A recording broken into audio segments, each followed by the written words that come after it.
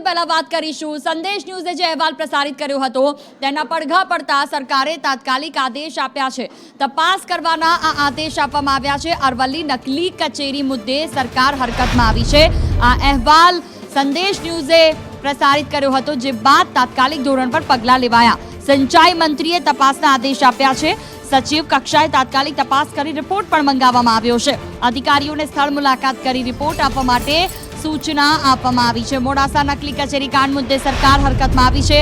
તાત્કાલિક ધોરણ પર તમામ જગ્યાઓ પર કાર્યવાહી કરી દેવામાં આવી છે। વધુ માહિતી સાથે સંવાદદાતા હિરેન રાવલ ફોન લાઈન પર જોડાયા છે અમારી સાથે। જે હિરેન, જે રીતે અધિકારીઓને સ્થળ પર મુલાકાત કરવામાં આવી રહી છે, ફાઇલો ચેક કરવામાં આવી રહી છે, શું વિગતો હાલ? જિલ્લા કલેક્ટર અને ડીડીઓની એક કમિટી ત્યાં તપાસ કરી રહી છે। મીનવાઇલ સિંચાઈ મંત્રીએ પણ આ સમગ્ર ઘટનાને ગંભીરતાથી લઈ અને તેમણે તાત્કાલિક ધોરણે સચિવ કક્ષાએ આ રિપોર્ટ મંગાવ્યો છે।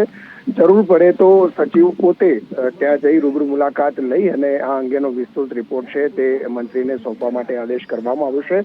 મહત્વનું છે કે છેલ્લા 4 વર્ષથી જો આ કચેરી ચાલતી હતી તો આ કચેરી પાછળ કોનો હાથ છે ને ત્યાં ખાસ કેવા પ્રકારના કામો થતા હતા, અત્યાર સુધી આ કચેરીમાંથી કેટલા બિલો તૈયાર થયા છે અને બિલ કોને આપવામાં આવ્યા છે, ચૂકવણું ક્યાં થયું છે, એની તપાસ પણ સાથે કરવામાં આવશે।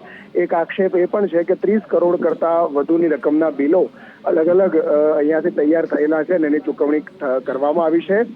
ભાજપના નેતાઓના નામ પણ આની અંદર સામે આવી રહ્યા છે। જો કે તપાસમાં હજી સુધી કાગળ ઉપર આ નામ કોઈ લીધા નથી, પરંતુ સ્પષ્ટ વાત એ છે કે જેની ટિકિટ કપાઈ હતી એમાં ભીખાજી ડામોર એટલે કે ભીખાજી ઠાકોરના વેવાઈ છે કે જે આ ડામોર નિવૃત્ત અધિકારી છે અને જિલ્લાના કેટલાક આગેવાનો પણ તેમની સાથે સંકળાયેલા છે અને એટલા જ માટે આ સમગ્ર મુદ્દાને ગંભીરતાથી લઈ સરકારે પણ સચિવ કક્ષાએ રૂબરૂ જઈ અને તપાસ કરવા માટે આદેશ આપ્યા છે।